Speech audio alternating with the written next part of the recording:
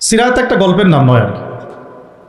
যেমন অজু করার সুন্নত আছে, তারপরে নামাজের সুন্না পদ্ধতি আছে, আপনি মিসওয়াক করতে গেলেও একটা সুন্না পদ্ধতি আছে, ইস্তেঞ্জায় গেলেও একটা সুন্না পদ্ধতি আছে, সওম রাখবেন সুন্নত একটা পদ্ধতি আছে। প্রত্যেকটা ইবাদতের কাপড় পরা, কাপড় খোলা, বাসায় ঢোকা, বাসা থেকে বের হওয়া, গাড়িতে চড়া, প্রত্যেকটা পদক্ষেপের সুন্নত পদ্ধতি আছে। তো সিরাত আসলে কি? সিরাত হচ্ছে একটা সুন্নত। সিরাত নিজেই একটা সুন্নত। কিসের সুন্নত? সিরাত হচ্ছে কিভাবে আল্লাহ পাকের জমিনে সমস্ত তাগুতি, কুফুরি, শিরকি, বিধান, মতবাদ, শক্তিকে উপরে ফেলে আল্লাহর দিন প্রতিষ্ঠা করতে হয়, এই সুন্নত। বুঝাতে পারলাম কথাটার গভীরতা? সিরাতও একটা সুন্নত। কিসের সুন্নত?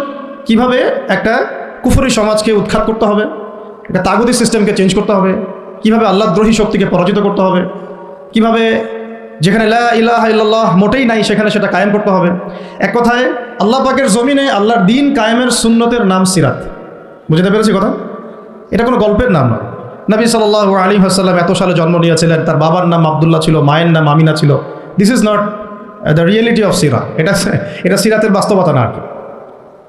সিরাত মানে এটা গল্প না, ওটা আমরা আমাদের বাচ্চাদেরকে ঘুমানোর সময় শোনাই যে আমাদের শেষ নবীর নাম মুহাম্মদ রাসূলুল্লাহ সাল্লাল্লাহু আলাইহি ওয়াসাল্লাম, তার বাবার নাম আব্দুল্লাহ, মায়ের নাম আমিনা, দাদার নাম আব্দুল মুত্তালিব, চাচা আবু তালেব, হ্যাঁ ইত্যাদি। বাবা মারা গিয়েছেন জন্মের আগে, মা ইন্তেকাল করেছেন 6 বছর বয়সে, চাচা ইন্তেকাল করেছেন 8 বছর বয়সে, এরপরে তিনি দাদা ইন্তেকাল করেছেন 8 বছর বয়সে, এরপরে আবু তালেবের কাছে তিনি মানুষ হতে লাগলেন। এইগুলো গল্প। তো এইটা আর সিরাতের আলোকে বর্তমান প্রেক্ষাপটের সমস্যা বের করা, এটাকে সলভ করা, আর সিরাতের আলোকে দিন কায়েম করা, এই জিনিসটা এক না, এটা ডিফারেন্ট। তো আমরা এখন সিরাত কেন্দ্রিক যত আলোচনাই করছি বাংলাদেশে এবং করব, আলোচনার গন্তব্যটা হবে এরকম যে সিরাতের আলোকে দিন প্রতিষ্ঠা। সিরাতের আলোকে দিন প্রতিষ্ঠা। কারণ আমাদের দেশে দিনের রাজনৈতিক অবস্থান নাই। আমাদের দেশে দিনের রাজনৈতিক অবস্থান নাই। দিন সিরাতের আলোকে কায়েম করতে হলে কয়টা ক্ষেত্রে কায়েম করতে হবে সেটা আগে জেনে নেই। আচ্ছা, তার আগে একটা জিনিস আলোচনা করে নেই যে দিন কায়েম কি দুনিয়াবি কাজ না ইবাদত? এতটুকু তো বোঝেন, দিন কায়েম একটা ইবাদত। নামাজ, সওম, যাকাত, জিহাদ, তাবলীগ, দিন প্রতিষ্ঠা, যেটাকে আমরা আরবিতে বলি ইকামাতে দিন, এটা কি? তাহলে একটা নিঃসন্দেহে ইবাদত। আমাদের নবীজি করেছেন, নবীজি নিজে করেছেন। তো সাহাবায়ে কেরাম এই যে 1400 বছর ধরে সলফে সালেহিন, আকাবের, আমাদের আসলাফরা করেছেন না? সবাই করেছেন। আচ্ছা, এখন এটা যদি ইবাদত হয়, ইবাদত কবুলের শর্ত কয়টা? একজন বলেন দেখি, ইবাদত কবুলের শর্ত কয়টা? 3টা, তাই তো? বেসিক শর্ত কয়টা? 3টা। একটা হচ্ছে ইবাদত হতে হবে এক আল্লাহর জন্য। কার জন্যে?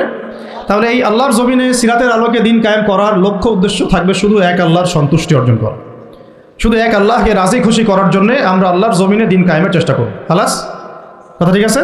আচ্ছা, যদি এখানে উদ্দেশ্য থাকে না আমি আমার পদের জন্য চাচ্ছি, না আমি নেতৃত্বের জন্য চাচ্ছি, না আমি কোনো একটা ফেরকার আমির হওয়ার জন্য চাচ্ছি, অথবা আমি কোনো রাজনৈতিক পদের জন্য চাচ্ছি, তখন এবাদতটা এবাদত বলে গণ্য হবে না। বা এবাদতটার নেকির জায়গায় গুনাহ হতে পারে, নেকির জায়গায় গুনাহ হতে পারে, কারণ সেটা আল্লাহ পাকের সন্তুষ্টির জন্য ছিল না। মানুষ আমাকে পপুলার মনে করে তাই আমি একটু গলা ফাটায় কথা বললাম, বিষয়টা এরকম না। কথা এখান থেকে আসবে না, কথা এখান থেকে আসবে, কথা এখান থেকে আসবে না, কথা আসবে কোথেকে?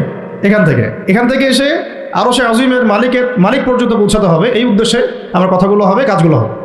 তাহলে দিন প্রতিষ্ঠার উদ্দেশ্য হবে এক আল্লাহর সন্তুষ্টি অর্জন করা, এটা প্রথম কথা। 2, রিজিক হালাল হতে হবে, সেটা তো আমরা জানি।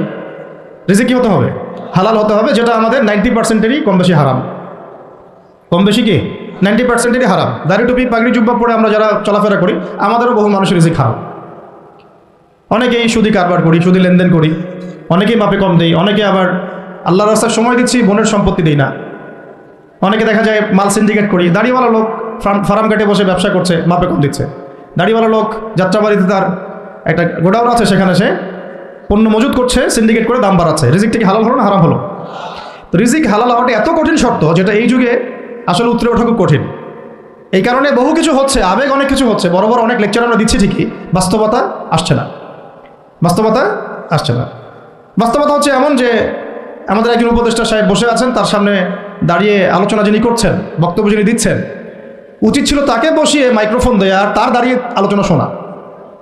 উচিত ছিল সেই ওস্তাদকে মাইক্রোফোন দিয়ে বসতে বলা, এবং তার উচিত ছিল দাঁড়িয়ে থেকে তার কথা শোনা। বাস্তবতা হচ্ছে যে আমরা সোশ্যাল, রাজনৈতিক, অর্থনৈতিক বিভিন্ন জায়গায় এখন পর্যন্ত ওই শক্তি অর্জন করতে পারি নাই যে শক্তি ওমর রাদিয়াল্লাহু আনহুর সময় আমাদের ছিল। এটা বাস্তবতা।